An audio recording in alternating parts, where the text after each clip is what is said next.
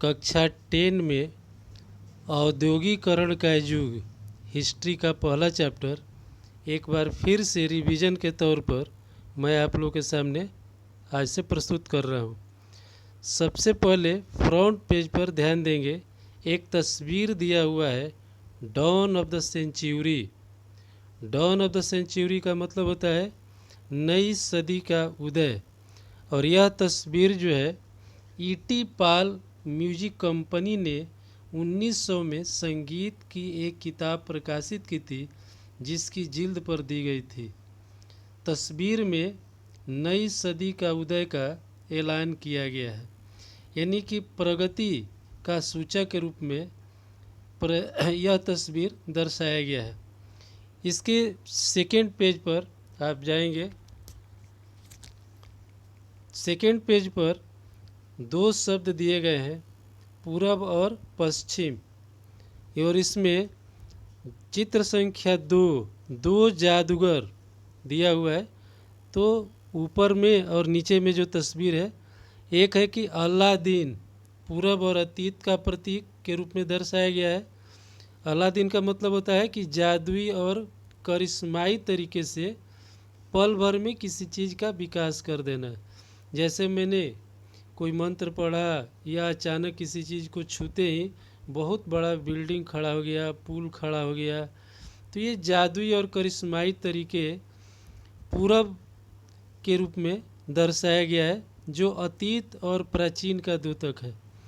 दूसरा जो है मैकेनिक, पश्चिम और आधुनिकता के प्रतीक के रूप में दर्शाया गया है। इसके बाद हम लोग शुरू करेंगे औद्योगिक क्रांति से पहला जो टॉपिक दिया गया है, इसमें हम आपको 5 महत्वपूर्ण बातों पर प्रकाश डालेंगे। आप ध्यान देंगे, सेकेंड पैराग्राफ में आदि औद्योगिकरण शब्द दिया हुआ है, प्रोटो इंडस्ट्रियलाइजेशन। आदि औद्योगिकरण क्या है? तो मशीनीकरण से पहले, मशीनों के लगने से पहले हाथ के श्रम से जो उत्पादन होता था अंतर्राष्ट्रीय बाजार के लिए, उस समय को ही आदि औद्योगिकरण कहा जाता है। दूसरा एक शब्द है सौदागर। ये थर्ड पैराग्राफ में दिया हुआ है कि 17वीं और 18वीं शताब्दी में यूरोपीय शहरों के सौदागर गांवों की तरफ रुख करने लगे। क्यों? सौदागर व्यापारी को कहा जाता है। ये रहते थे शहरों में, लेकिन गांवों में किसानों और कारीगरों को पैसा देते थे और उनसे अंतर्राष्ट्रीय बाजार के लिए उत्पादन करवाते थे। इसी के संबंध में थर्ड पैराग्राफ में भी दिया गया है कि गांवों में गरीब काश्तकार और दस्तकार सौदागरों के लिए काम करने लगे, इसलिए कि सौदागर उन गरीब किसानों को अग्रिम पैसा देते थे और ये किसान जो है मजबूर होकर उत्पादन करते थे और उन्हीं को अपना सामान देते थे। तीसरा हमने बतलाया कि सेकेंड पैराग्राफ में फिर देखेंगे गिल्ड्स क्या है। गिल्ड्स एक शब्द दिया गया है। गिल्ड्स का मतलब होता है कि ये उत्पादन करने वालों के हेड होते थे, संगठन होते थे। ये क्या करते थे? तो गिल्ड्स से जुड़े उत्पादक कारीगरों को प्रशिक्षण देते थे, उत्पादन करने वालों पर नियंत्रण रखते थे, प्रतिस्पर्धा और मूल्य तय करते थे उत्पादित वस्तुओं का, और व्यवसाय में नए लोगों को आने से रोकते थे। तो ये हो गए सौदागर। और एक शब्द दिया गया थर्ड पैराग्राफ में, देखेंगे कॉमन्स की बाड़ाबंदी, यानी कि जो खुले खेत की जो व्यवस्था थी कृषि कार्य करने की, वह खुले खेत की व्यवस्था धीरे धीरे ख़त्म होने लगी।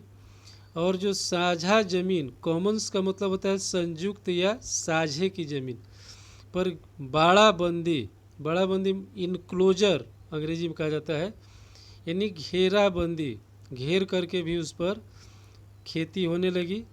तो ये हो गया कॉमन्स का मतलब।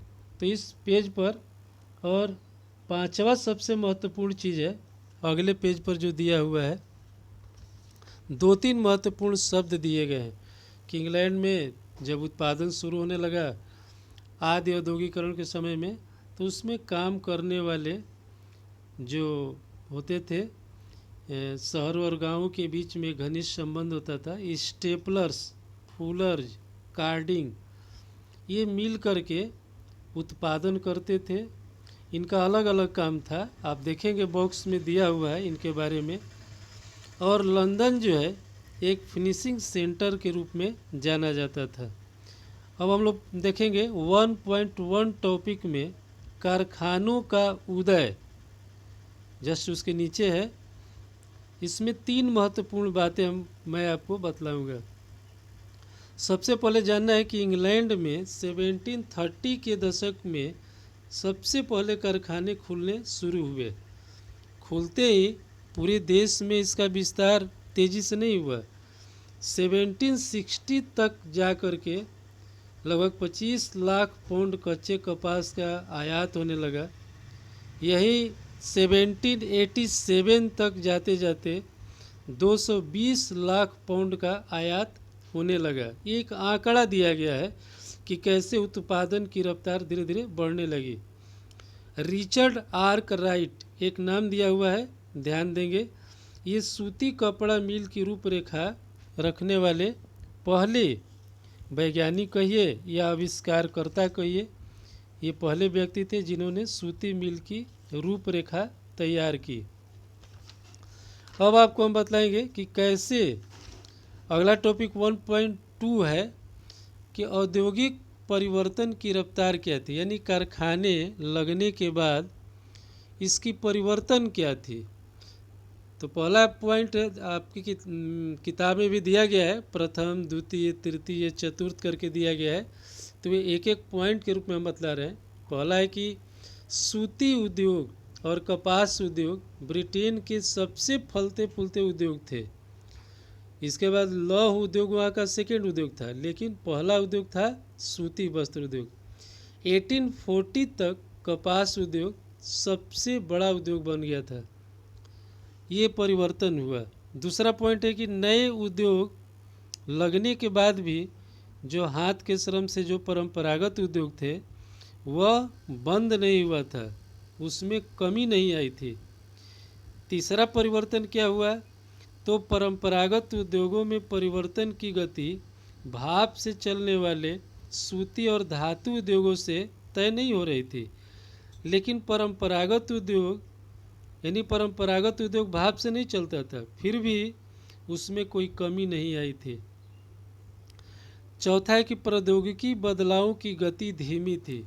ऐसा इसलिए कि नया मशीन, नई तकनीक आने के बाद जो भी बड़े उद्योगपति थे इसको लगाने में अभी संकोच करते थे। ये मशीन लगाते थे तो सोचना पड़ता था कि कैसे इसका मरम्मत होगा, रिपेयरिंग कैसे होगा, या इस पर काम करने वाले प्रशिक्षित कारीगर की आवश्यकता थी। तो इस अभाव के कारण जो टेक्नोलॉजी आई उस बदलाव की गति धीमी थी। उद्योगपति जल्दी पूंजी लगाना नहीं चाहते थे। और इसी में देखेंगे दिया हुआ है कि जेम्स वाट ने न्यू कॉमेन पहला व्यक्ति था जिसने भाप के इंजन बनाना शुरू किया, लेकिन वह अधूरा था। तो जेम्स वाट ने उसमें सुधार करके एक नया तकनीकी यंत्र का आविष्कार किया, भाप के इंजन का। और 1871 में नए इंजन को पेटेंट करा लिया अपने नाम से।